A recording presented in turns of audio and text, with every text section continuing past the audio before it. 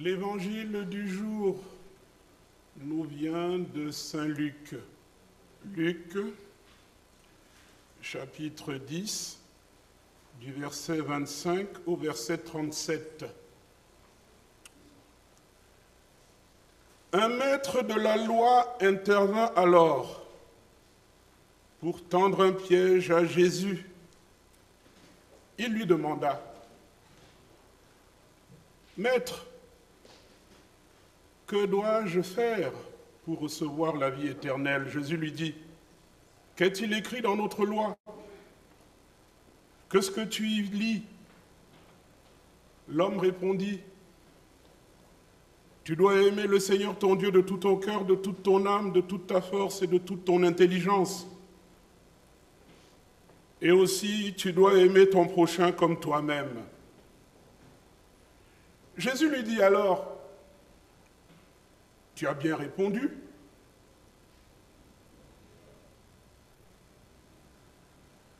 Fais cela et tu vivras. » Mais le maître de la loi voulait justifier sa question. Il demanda donc à Jésus, « Mais qui est mon prochain ?» Jésus répondit, « Un homme descendait de Jérusalem à Jéricho. Lorsque des brigands l'attaquèrent, lui prirent tout ce qu'il avait, le battirent et s'en allèrent en le laissant à demi-mort. Il se trouva qu'un prêtre descendait cette route. Quand il vit l'homme, il passa de l'autre côté de la route et s'éloigna. De même, un Lévite arriva à cet endroit et vit l'homme, passa de l'autre côté de la route et s'éloigna. Mais un Samaritain qui voyageait par là arriva près du blessé. Quand il le vit, il en eut profondément pitié.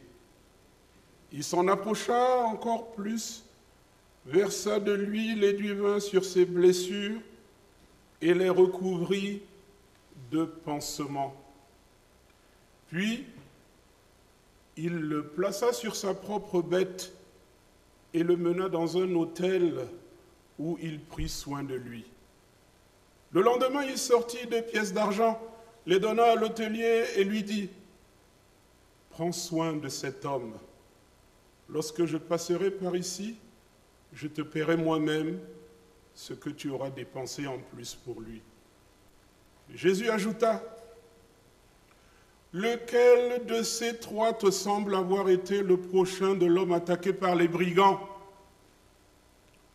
Le maître de la loi répondit, « Celui qui a été bon pour lui. » Jésus lui dit alors, « Va et fais de même. » Mes bien-aimés sœurs et frères, chers enfants,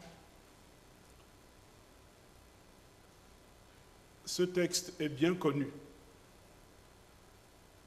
Et j'aimerais ce matin insister sur la question posée par le Christ aux Lévites. Qui est mon prochain? Qui est mon prochain? Cette question offre au Christ l'occasion de donner un enseignement nouveau, qu'accompagne un commandement nouveau à l'adresse de ses disciples. Cette nouvelle approche inaugure une nouvelle façon de voir la parenté, qui tranche avec les usages et les habitudes transmises. Le Seigneur Jésus évoque cette nouvelle parenté, cette nouveauté dans ce dialogue qui le confronte avec un maître de la loi. Ceux qu'on appelait des maîtres de la loi étaient des personnes très instruites, capables d'interpréter les contenus et dispositions des textes du judaïsme et même de les enseigner. Mettant à profit une méthode pédagogique toute particulière qui consiste à donner des réponses aux questions qu'on lui pose en racontant des récits, Jésus montre à son interlocuteur que la notion de prochain recèle un sens moins restrictif que celui que la tradition juive retenait et enseignait.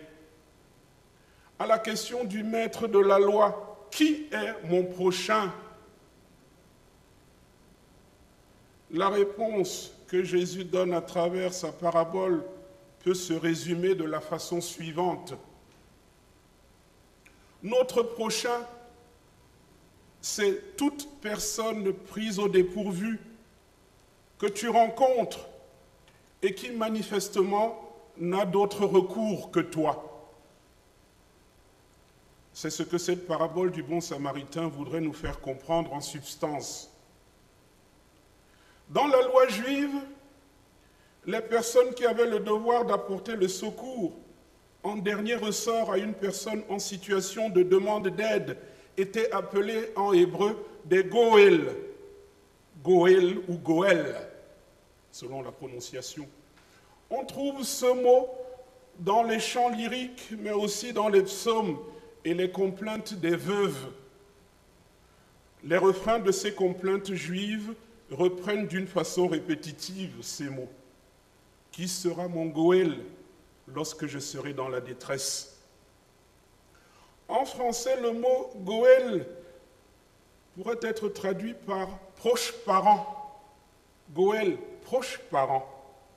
Donc, pour les hommes de ce temps, dire mon prochain revenait à désigner une personne ayant des liens de parenté avec soi.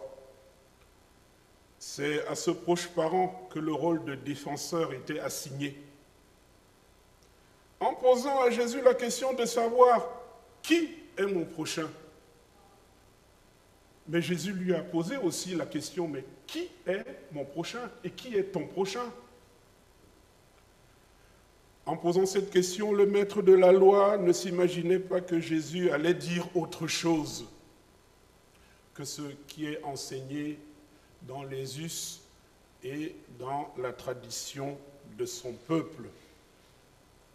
Grande a été la stupéfaction de ce dignitaire juif de la Judée lorsqu'il a entendu Jésus dire qu'un Samaritain pouvait être considéré comme son prochain. Judéens et Samaritains étaient des peuples ennemis. En fait, Jésus est resté cohérent avec lui-même dans tous ses enseignements qui abordent cette question. Et nous pouvons jeter un regard sur les autres enseignements et nous nous rendrons compte qu'il est effectivement resté cohérent avec lui-même.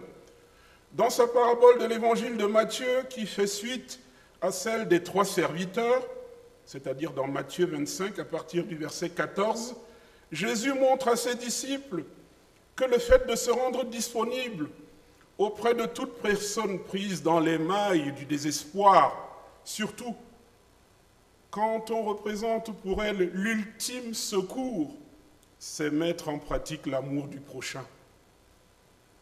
Pour Jésus, un tel agir n'est pas seulement de la bienfaisance, mais c'est aussi et surtout une obéissance à son enseignement.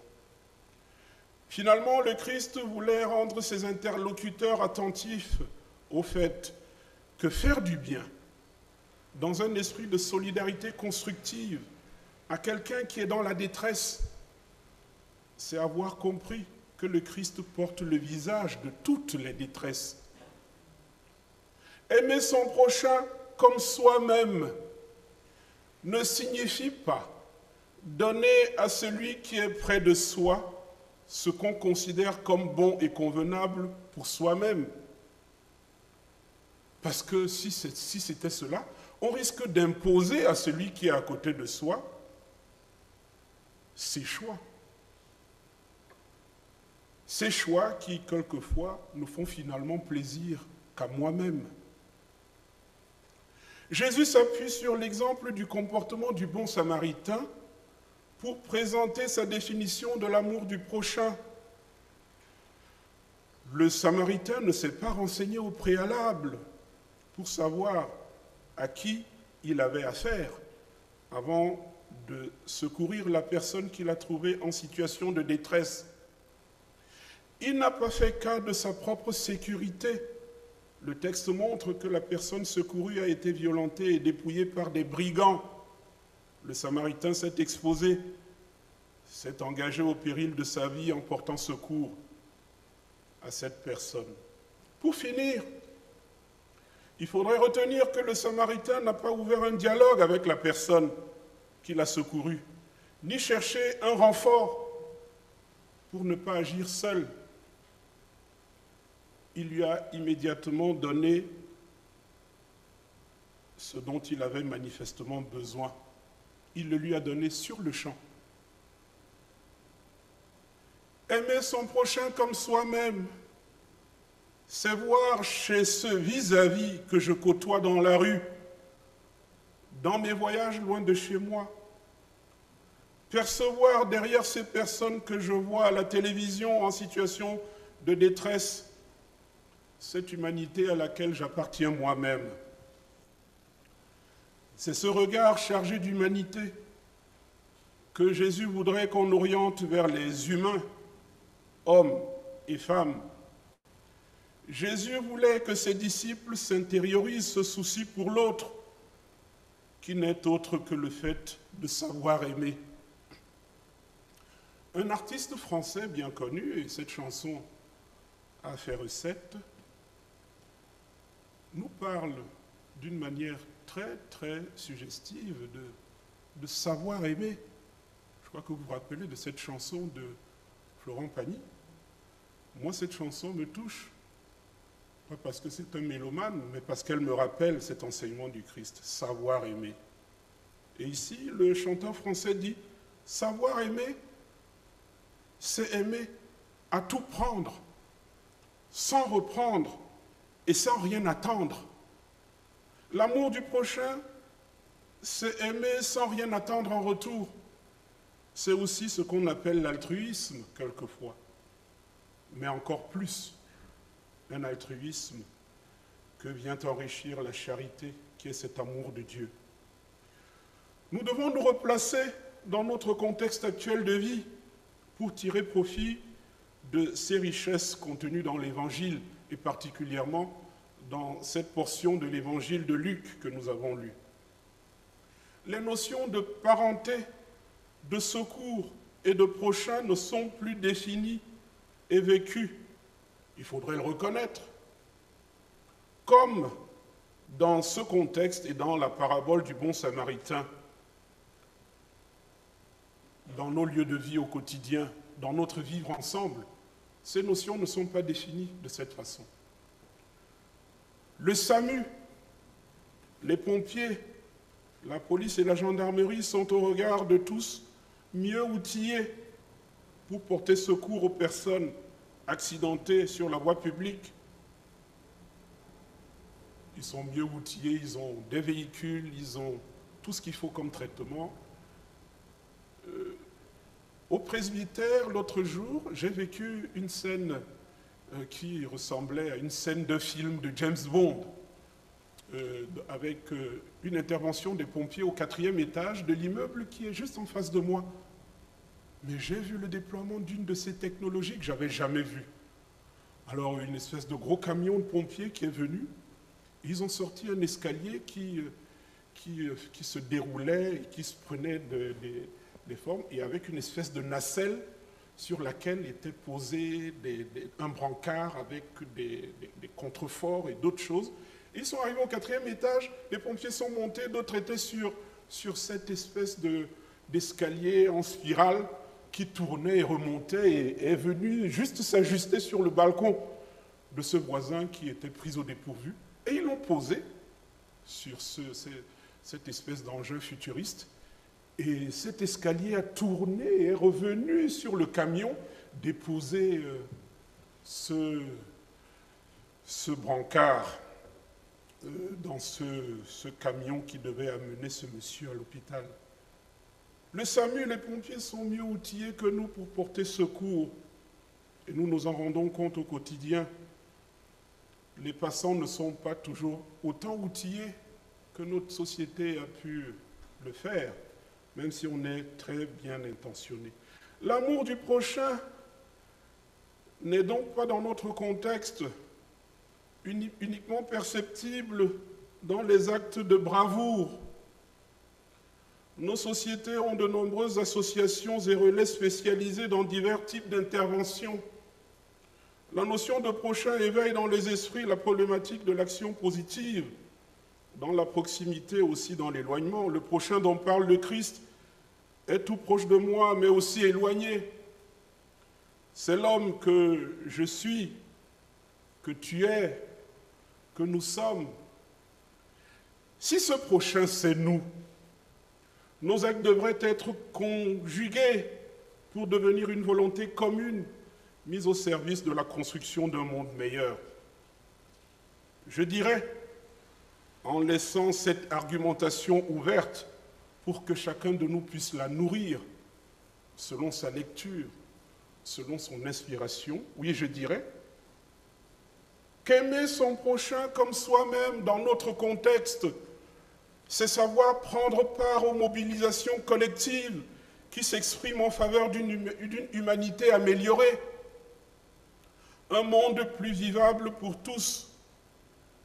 Et là, il y a une parole que le pape François, ou une argumentation que le pape François a proposée le 19 janvier 2014, au cours du rassemblement organisé au Vatican en faveur de la 100e journée mondiale des migrants et des réfugiés. Le pape François a proposé au monde entier un message qui m'a touché. Il a mis en exergue l'amour du prochain. Pour lui, le concours de l'amour du prochain est sollicité par un fait d'actualité préoccupant ces 15 dernières années. C'est le sort réservé aux humains de toute culture, obligés par les guerres, la pauvreté ou les calamités naturelles de quitter leur lieu de vie ou leur pays. Et donc je me permets de conclure, mes bien-aimés, en vous présentant ces arguments du pape François qui m'ont touché. Et le pape François a dit ceci: nos sociétés font l'expérience, comme cela n'est jamais arrivé auparavant dans l'histoire, de processus d'interdépendance mutuelle et d'interaction au niveau mondial, qui, s'ils comprennent des éléments problématiques ou négatifs, ont pour objectif d'améliorer les conditions de vie de la famille humaine, non seulement dans ses rapports économiques, mais aussi dans ses rapports, ses aspects politiques et culturels.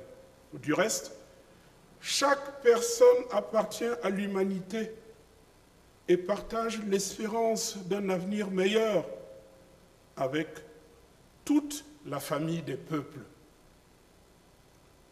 Pour le pape François, l'aspiration à former une famille humaine dans laquelle celui que je considère comme mon prochain est un citoyen du monde exige avant tout une coopération internationale et un esprit de profonde solidarité et de compassion.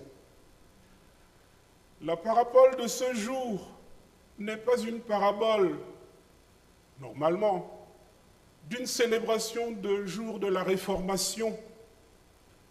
Le texte qui a été proposé parle aussi de l'amour du prochain dans l'évangile de Marc. Mais moi, j'ai préféré cette correspondance dans l'évangile de Luc pour insister sur ce message de solidarité, d'amour du prochain, qui a un lien avec la Réformation. Qu'est-ce qui a poussé Luther à sortir du couvent, à écrire à l'évêque de Mayence, à écrire ses 95 thèses? Luther s'est rendu compte qu'il y avait si peu d'équité dans les rapports entre les membres de la société, le haut clergé et la couronne impériale. Luther s'est rendu compte que les humains ne se regardaient plus comme des prochains, comme l'enseigne le Christ, cet amour pour l'autre. Et aujourd'hui, nous nous rappelons de cet acte de bravoure qui a marqué l'histoire, de ce moine du couvent des Augustins qui a dit non et qui qu'il soit pauvre, sans abri, ou qu'il soit un évêque, légat du Saint-Siège, une solidarité devrait être vécue entre ces multiples classes. Et ce n'est pas juste de continuer à donner des impôts trop lourds et surtout d'exiger des indulgences, alors que le Dieu que nous aimons et en qui nous croyons nous loge tous à la même enseigne. La parabole de ce jour nous conduit à une reconsidération de la question du choix dans l'usage du mot prochain. Aussi, Jésus nous montre qu'on ne choisit pas celui qu'on devrait appeler son prochain parce qu'il est déjà là. Il est à côté de moi dans la proximité de mes actes quotidiens, mais aussi tout près de mon regard qui explore au loin quelquefois le firmament alors que tout est tout près. Le prochain, c'est elle, c'est lui, c'est l'humain. Jésus nous a considérés comme ses prochains. Il est toujours pour nous ce Samaritain, ce bon Samaritain. Jésus-Christ est pour nous ce bon Samaritain qui intervient providentiellement dans nos vies avec amour, sans nous juger, sans se méfier de nous, ou nous soumettre au test du mérite quand tout va mal. Amen.